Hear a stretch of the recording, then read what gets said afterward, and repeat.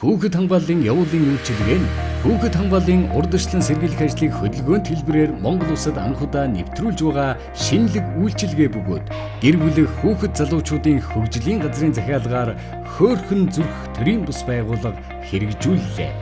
Явуулын үйлчилгээний автобус нь олон нийтэд зориулсан мэдээллийн булан, сэтгэл зүйн болон хууль зүйн анхан шатны зөвлөгөө өгөх өрөө, сургалт зохион байгуулах хэсэг, хүүхдийн тоглоомын булан, номын сан зэргээр тогтчуулагдсан. Энэхүү үйлчилгээ нь 2019 оны 9-р сарын 16-ны өдөр нээлттэй хийж 6 сарын хугацаанд тасралтгүй үргэлжилсэн бөгөөд нийтдээ 4 зорилтын хүрээнд Улаанбаатар хотын 9 дүүрэг, Дорногов, Хинти, Төв аймгийн зарим сумуудад автобустайгаа хурч очиж ажиллалаа. Монгол улсын хэмжээнд олон нийтийн мэдээллийн хэрэгсэл албан ёсны цахим хуудасаар дамжуулан шууд бус байдлаар нийт 567,970 гаруй хүнд шууд буюу сургалт, сурталчилгааны аргаар нийт 95,673 хүн ам, үүнд 19,125 гэр бүл, 76,548 хүүхэд, 9 дүүргийн 82 хамтарсан багийн 492 хуулиар үр хүлээсэн мэргэжилтнүүд 186 цэгт хурч ажиллалаа.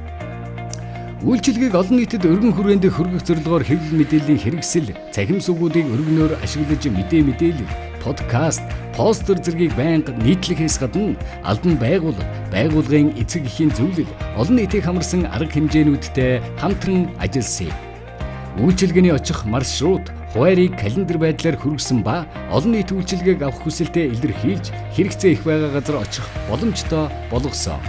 Очсон цэг бүртэн үйлчилгээний баг хуваагдан сургалт зохион байгуулах үеэр эрсдлийн үнэлгээг гадна болон дотор орчинд хийж зэрэг ажилласан нь ажлын ачааллыг хөнгөвчлөх, хүртээмжийг нэмэгдүүлэх давуу талтай байсан. Зорилттой бүлгүүдэд үйлчилгээ хүргэхдээ нас сэтгэхүйн онцлог, хөгжил, ажлын байрны онцлог зэрэг тулгуурлан өөр сургалтын сэдв арга барилаар зохион байгуулсан. Улаанбаатар хотын хэмжээнд нийт 62 цэцэрлэг, 80 гаруй сургууль, 40 гаруй албан байгууллагад хүүхэд хамгааллын урдчлан сэргийлэх үйлчилгээг хүргэсэн байна. Энэхүү үйлчилгээг Монгол улсад анхудаа хэрэгжиж байгаа тул багагүй бэрхшээл тулгарсан боловч тухай бүрэн шийдвэрлэн ажиллаж байсан. Улаанбаатар хотод автомашины зогсоолын хүрэлцээ хангалтгүй улмаас сургууль, цэцэрлэг, албан байгууллагуудын ойролцоо автобус байрлах боломжгүй болж, ялангуяа хүүхдүүд автобусанд очиж чадахгүй тохиолдол их гарч байсан нь хамгийн том бэрхшээл байлаа.